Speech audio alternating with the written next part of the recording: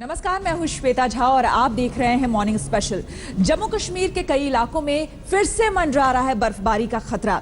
आपको हम बता दें कि कई इलाकों में चेतावनी जारी की गई है और बताया गया है कि कई इलाकों में आज एवलांच फिर से दस्तक दे सकता है, जिसको लेकर सरकार ने अलर्ट जारी किया है। आपको हम बता दें कि पिछले कुछ दिनों पहले इसी एवलांच की वजह से 20 जिंदगियां यहां पर जा चुकी हैं।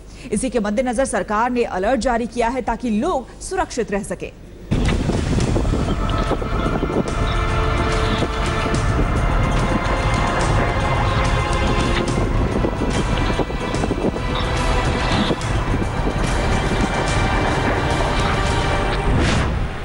फिर सिर उठा रही है सफेद मौत। बर्फीली वादियों में मौत की आहट।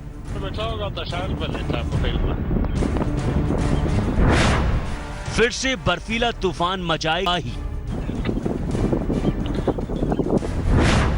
मौत बनकर टूटेंगी बर्फ की शिलाएं। सफेद पहाड़ों में खतरे का महा अलर्ट।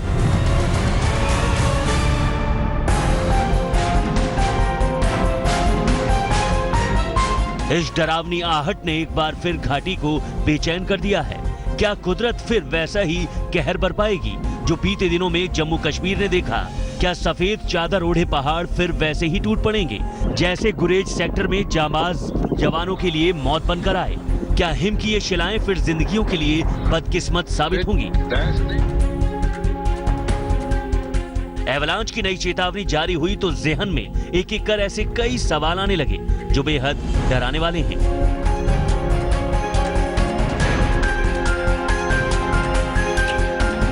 उन मनहूस पलों को गुजरे ज्यादा वक्त नहीं हुआ जब गुरेज सेक्टर में पहाड़ों से दरकती सफेद चट्टानों ने सेना के 15 जवानों को अकाल मौत के आगोश में धकेल दिया।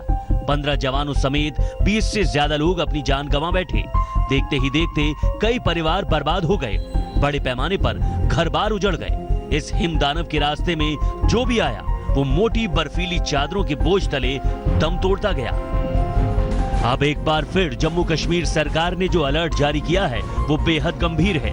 इस बार चेतावनी है कि 24 घंटे यानी 29 जनवरी से लेकर आज शाम तक बर्फ के पहाड़ फिर दरक सकते हैं। यानी फिर जम्मू कश्मीर के कई हिस्सों में एवलांच तबाही मचा सकता है। ऐसे में एक बार फिर मंडरा रहा है बड़ा खतरा। ऐसा संकट जो दोबारा जान माल की बड़ी तबाही का सबब बन सकता है। जिन इलाकों को लेकर सरकार ने अलर्ट जारी किए हैं उसके मुताबिक कुपवाड़ा, बांदीपुरा, बारामूला, गांदरबल, कुलगाम, बड़गाम और करगिल शामिल हैं। अलर्ट का ये दायरा लेह और लद्दाख के लिए भी है। ये सभी इलाके बेहद ऊंचाई पर बसे हैं, जहां भारी हिमपात के बाद से चारों ओर सिर्फ बर्फ ही बर्फ नजर आ रही है। जहां माइनस तापमान के बीच इस बर्फिस्तान को देखकर पूरा शरीर सुन्न पड़ जाता है। उस जगह पर खिसकती बर्फ की चट्टान अब मौत बनकर टूटी है। वो खतरा अभी भी बरकरार है। इसी खतरे को भांपते हुए सरकार ने चेतावनी जारी की है। अलर्ट गंभीर है, लिहाजा सरकार ने वहां रह रहे लोगों के लिए कुछ एडवाइजरी भी जारी की है ताकि बड़ी तबाही को वक्त रहते टाला जा सके। सरकार ने आगाह किया है कि वे सभी सुरक्षित ठिकानों पर चले जाएं या फिर घर से बाहर नहीं निकले। हिमस्खलन वाले संभावित इलाकों में ना घूमने की भी सलाह दी गई है। सरकार ने कहा है कि लोग अपने घरों की छतों को साफ करते रहें ताकि बर्फ की मोटी परत ना जमे। बर्फीली सीमा की निगरानी में डटे जवानों को भी अलर्ट किया गया है कि वे अपने बंकरों को साफ करते रहें। कई कारण ऐसे होते हैं जैसे कि ग्लोबल वार्मिंग हो रही है, ग्लेशियरों में दरार आ रही है, उस कारण से कुछ एवलांच आए हैं नए इलाकों में।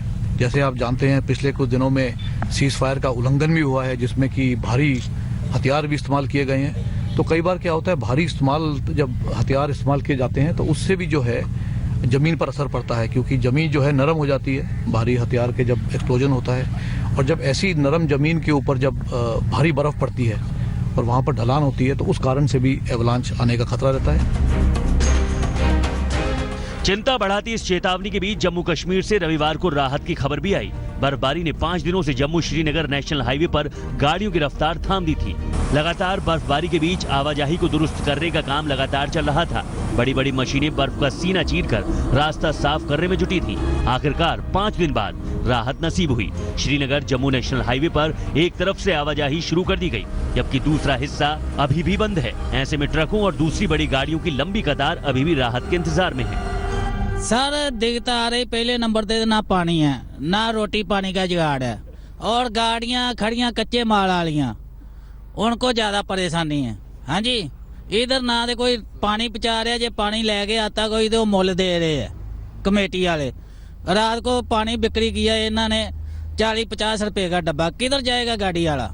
रास्ता बंद हुआ है, पानी नहीं मिल रहा है, दुकानदारों ने रेट बढ़ाया। अगर 5 रुपए की चीज मांगता है वो देते हैं 10 रुपए का, 20 रुपए का चीज मांगता है कुछ भी। अगर बिस्कुट डब्बा लेंगे वो 5 का है, वो देते हैं 10 रुपए का। अगर चावल का 1 केजी लेंगे वो देगा 50 का। जम्मू श्रीनगर हाईवे पर ये फौरी राहत सिर्फ कश्मीर जा रही छोटी गाड़ियों के लिए ही है, लेकिन ट्रकों की एंट्री ठप होने से बड़े पैमाने पर जरूरत के सामानों की सप्लाई पर असर पड़ा है। उधमपुर से अनिल दुबे और जम्मू से अश्विनी कुमार के साथ अशरफ वाणी, श्रीनगर, आज तक।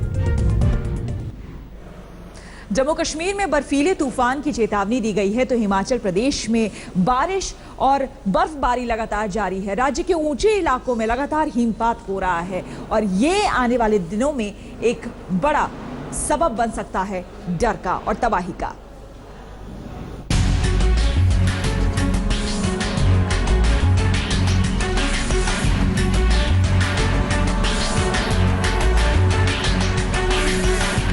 बर्फबारी की एक मुसीबत टलती नहीं कि दूसरा संकट मानो इंतजार कर रहा है।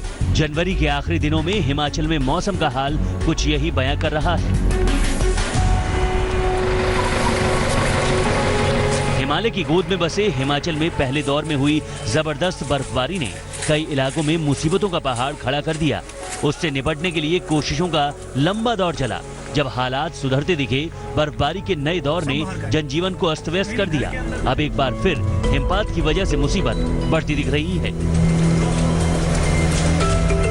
मौसम विभाग के अलर्ट के मुताबिक राज्य के कई इलाकों में बर्फबारी की चेतावनी है। आकलन है कि आज कई इलाकों में बारिश और बर्फबारी हो सकती है। उसके बाद 4 दिनों तक राहत की उम्मीद है। वैसे 4 फरवरी से फिर इस दोहरे संकट की मार बढ़ सकती है। मौसम विभाग के आंकड़ों के हिसाब से मुसीबत 2 गुनी से 4 गुनी हो सकती है। परेशानियों में फिर इजाफा हो सकता है। हिमाचल में जैसे ही पहाड़ों पर सफेद चादर बिछती है, वहां पर्यटकों की भीड़ उमड़ने लगती है। फिर तो तमाम हिल स्टेशन पर गाड़ियों की लंबी कतार मामूली सी बात हो जाती है। कुफरी की ये तस्वीरें उसी हकीकत की तस्दीक कर रही हैं, जहां इन दिनों हजारों की संख्या में लोग अपने परिवार के साथ बर्फबारी का रोमांच देखने पहुंच रहे हैं। बर्फ के अंबार की वजह से गाड़ियों की रफ्तार पर ब्रेक लग गया है। सफेद चादर की ओट में कारें रेंगती नजर आ रही हैं। पर्यटक भी परेशानी से दो चार हो रहे हैं। दूसरी ओर इसी बर्फिस्तान में पर्यटक बर्फबारी का नजारा देखने में कोई मौका गंवाना नहीं चाहते। देश के दूसरे हिस्सों से आए लोग एक एक पल को जी लेना चाहते हैं। कोई हवा भरे ट्यूब पर बैठकर इस बर्फीली वादियों का आनंद ले रहा है, तो कोई स्केटिंग कर इस अनूठे पल को एंजॉय कर रहा है। लेकिन अगर हिमपात हुआ तो पर्यटकों के अरमान अधूरे रह जाएंगे। वैसे हिमाचल के अधिकतर इलाकों में रविवार को भी हिमपात होता रहा। रोहतांग पास में सबसे ज्यादा 15 सेंटीमीटर की बर्फबारी रिकॉर्ड हुई। वहीं कोकसार में 12 सेंटीमीटर और केलोंग में 7 सेंटीमीटर की बर्फबारी दर्ज की गई। नए अलर्ट के मुताबिक अभी संकट और गहराने वाला है। कई हिस्सों में हो रहे हिमपात से जनजीवन पर और असर पड़ने की आशंका है। ब्यूरो रिपोर्ट, आज तक। उत्तराखंड भी बर्फबारी की चपेट में है। मशहूर हिल स्टेशन औली में जबरदस्त बर्फबारी हुई, जिसकी वजह से रविवार को वहां पर यानी कि वीकेंड भी था, इसलिए जाहिर सी बात है वहां पर लोगों का जमावड़ा देखने को मिला। लोगों ने लुत्फ उठाया, लेकिन यही बर्फबारी जाबाजों के लिए मुसीबत का सबब बन गई।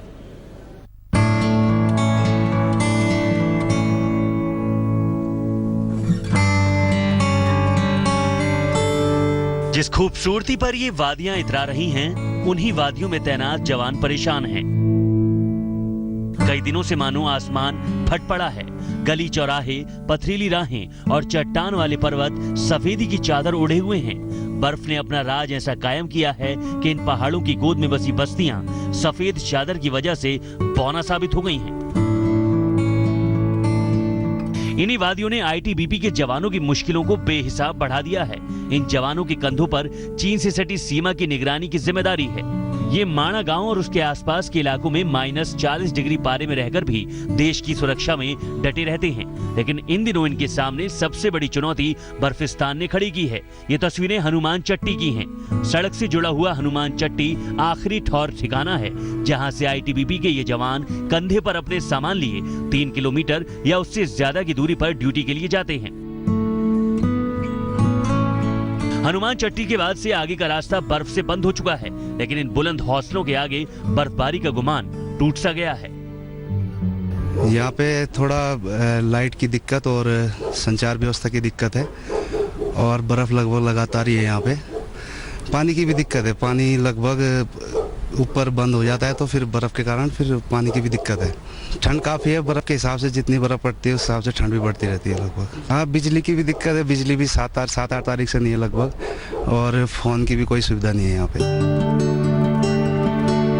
दूसरी ओर औली में पर्यटकों की सारी हसरतें पूरी होती नजर आ रही हैं। यहाँ जनवरी महीने में ही बर्फबारी ने पिछले कई साल के रिकॉर्ड तोड़ दिए हैं। दूर दूर तक जहाँ भी नजर जाती है बर्फ का साम्राज्य दिखता है, और इन सब के गवाह बन रहे हैं देश भर से यहाँ आने वाले पर्यटक। जोशीमठ और औली के इस रोपवे के लिए बुकिंग फुल है। इस जन्नत में आकर हर कोई खो गया है। जर्रा जर्रा खूबसूरती की अद्भुत छटाएं पेश कर रहा है। It's so insanely beautiful. इतना सुंदर लग रहा है कि सीधा जैसे जन्नत। बहुत एंजॉय कर रहे हैं। It's an awesome place, everyone should come here. कल जब आए थे तो ये सब कुछ नहीं था, बिल्कुल आइस नहीं थी, सब दिख रहा था। आसपास इतने बड़े बड़े पहाड़ हैं। जैसे ही सुबह उठे 4 बजे से कंटिन्यूस स्नोफॉल हो रहा है। The feeling is amazing. Trust me, Switzerland fail है। Come here, Auli rocks. Joshimath और उससे ऊपर के इलाकों में मौसम खराब है। यहाँ कई दिनों से बिजली गुल है। इसके बाद भी पर्यटकों के उत्साह में कोई कमी नहीं। कमल नयन सिलोड़ी, जोशीमठ, आज तक। और अब बात दिल्ली की। दिल्ली में कोहरा छाया हुआ है। सोमवार सुबह होने की वजह से लोगों को दफ्तर जाने में खासी दिक्कतों का सामना भी करना पड़ा। ताजा हाल बता रहे हैं हमारे संवाददाता पंकज जैन।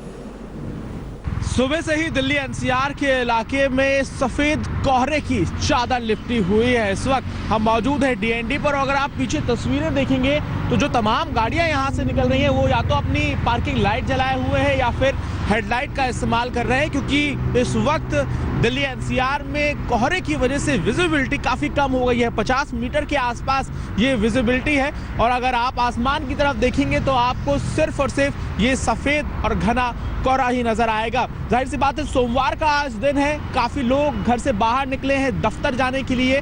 यही एक वजह है कि जो दिल्ली एनसीआर का इलाका है यहाँ पर कई इलाकों में ट्रैफिक कंजेशन भी देखने के लिए मिला, क्योंकि गाड़ियों की गति जो है वो बेहद धीमी पड़ गई। लेकिन अभी ये जो कोहरा है इसके आने के बाद ठंड का एहसास भी बहुत ज़्यादा बढ़ गया है। और फिलहाल अगर हम न्यूनतम तापमान की बात करें तो 9 डिग्री सेल्सियस दिल्ली में ये तापमान रिकॉर्ड किया गया है। हालांकि सूर्य देवता अगर आप देखें आसमान की तरफ तो अभी बिल्कुल भी नज़र नहीं आ रहे हैं। चारों तरफ आपको कोहरा नज़र आएगा, और ये जो पूरा इलाका है इस वक्त इस कोहरे की चादर से लिपटा हुआ है। मौसम विभाग का यह अनुमान है कि 11 या 12 बजने के बाद सूर्य देवता दर्शन देंगे। उसके तो मॉर्निंग स्पेशल में मेरे साथ बस इतना ही। देश और दुनिया की बाकी खबरों के लिए आप देखते रहिए आज तक।